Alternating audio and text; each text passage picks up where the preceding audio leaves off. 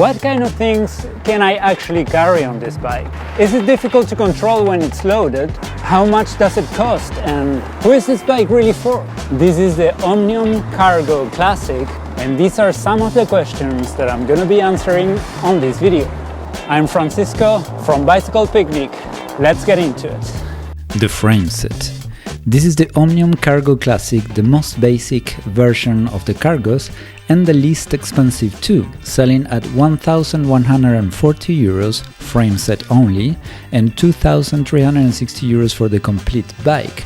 In my case, I bought the frame set and built the bike myself. The frame is built out of double-butted chromoly steel tubes, which is the standard choice for many touring bikes. Steel is more supple than aluminum, and that in general translates into a more comfortable ride. The rear wheel compatibility is 28 inches or 700C as they say here, with a maximum tire clearance of 37 mm with mudguards. The front wheel compatibility is 20 inches or 406C with a maximum tire clearance of 50 mm with mudguards. The wheels are quick release compatible. The bike and the frame set are only available in size medium and one color choice. There are other more expensive versions of this bike with through axle compatibility, more tire clearance, belt drive compatible and even electric. The one I'm reviewing today is the most basic and inexpensive of all,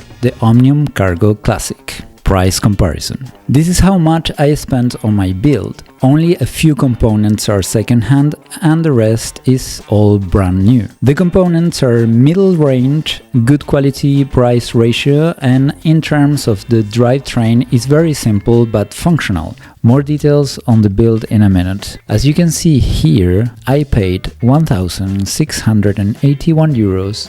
And this is how much you would pay for the complete bike, and honestly my build is not too far down on the specs. The other price that I wanted to show is the price of the competition, the Bullet cargo bike. The price of this complete bike starts at 2,610 euros. For that price you get a Shimano Dior level, which is again not too far from what I have on my build. For this bike you would pay about 1,000 euros more than what I paid for my build. I wanted to do this quick price comparison to show that if you have the skills to assemble a bike you can actually save a lot of money. The build. If you're planning to do your own build, there are a few things that you should have in mind. The widest front tire you can fit is a 50 mm, and I recommend you to go for it because a fat tire will help with shock absorption and to go over holes or tram tracks. Also, don't hesitate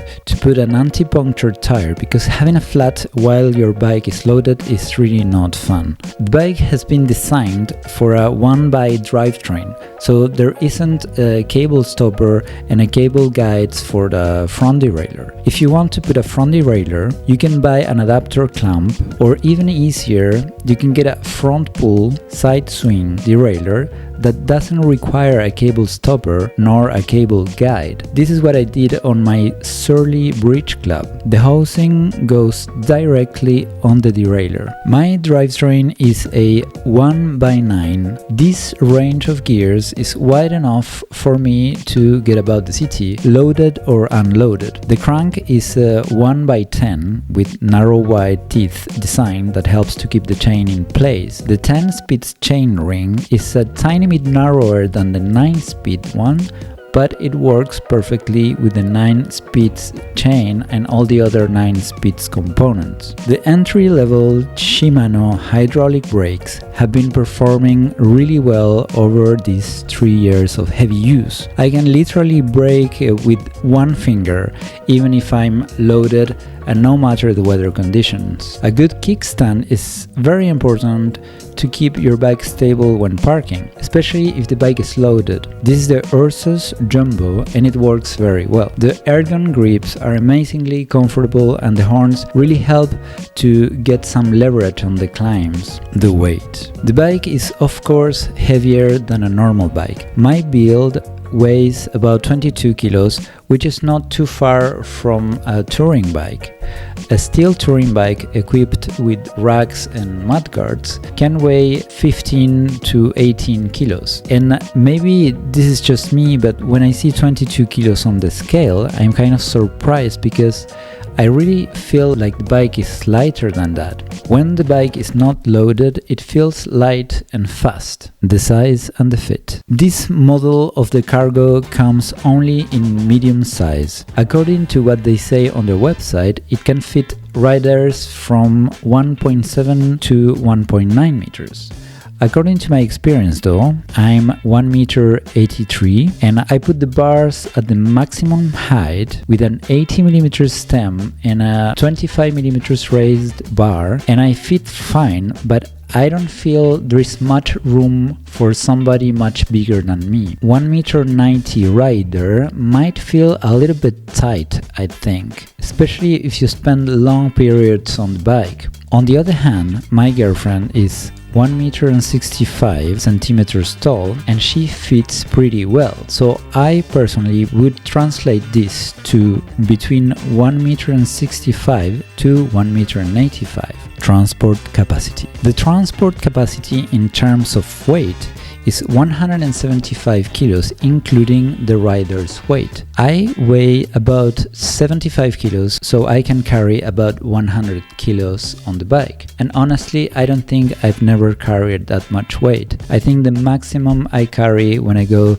to the supermarket and I get a couple of 24 packs of milk plus 20 kilograms of groceries, and even there I'm only at 70 kilos approximately. In terms of the volume, I took the measurements of what I can carry comfortably, considering good handlebar clearance and good visibility. Then I draw the volume on SketchUp, and this is what it looks like. This is the clearance for the handlebar to be able to turn freely, and this is the height that wouldn't interfere with the visibility. You could push this a little bit farther, I guess, but in my experience, this is already a good volume and that you're gonna be able to control easily and comfortably. You could extend the volume capacity by adding an extension bar.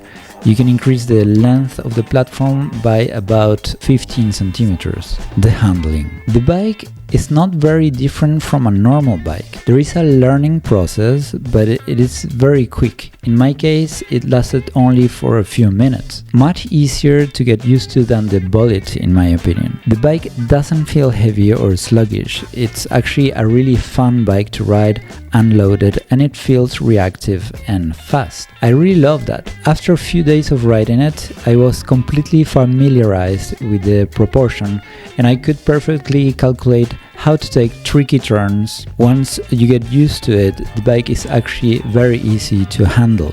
The front wheel is very small, and small wheels get caught more easily in big holes or in tram tracks. Even with wide tires, mine are 47mm, I always pay special attention when I'm crossing over tram tracks. Do it as perpendicular as you can. The bike loaded. The lower you carry the weight, the more stable the bike would feel, and that's why cargo bikes like the Bullet have the platform very close to the ground level. In the case of the Omnium Cargo, the weight sits above the front wheel, and that puts the load a bit higher. In practice though, I've never felt like the bike is unstable. It actually feels very stable, and even when I'm heavily loaded, the handling is easy and it feels natural. Another interesting thing is when the bike is loaded, you can really feel the natural elasticity of the steel frame.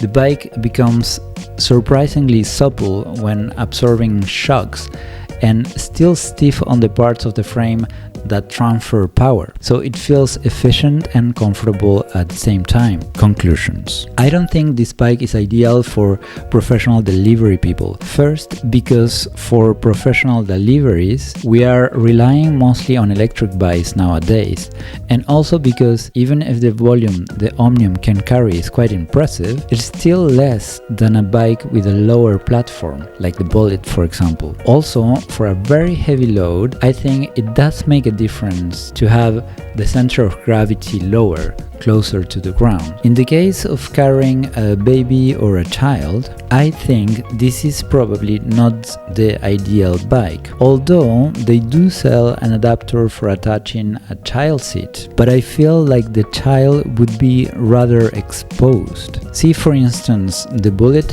has the possibility to install a box to carry 2 children, and like that there are other family-oriented cargo bikes with actual boxes that seem to keep the children more contained and protected. There are many other utilitarian family bikes that are highly functional for this specific use. So who is the Omnium Cargo for? In my opinion, the Omnium Cargo Classic is the perfect commuter for a person that needs to often carry stuff here and there, but that carrying things all day long is not its primary focus, because the bike performs almost like a normal bike when it's unloaded, and at the same time it always gives you the possibility to transport a good amount of stuff around. So it's highly versatile. I think it would be perfect for an artist who needs to carry material from time to time, for a yoga teacher who needs to carry yoga mats and stuff like that, a small shop owner, or a musician who needs to carry a little bit of equipment. Great. That's all for now. Thanks for supporting this small channel. I hope you enjoyed this video. Like and subscribe, and see you next time.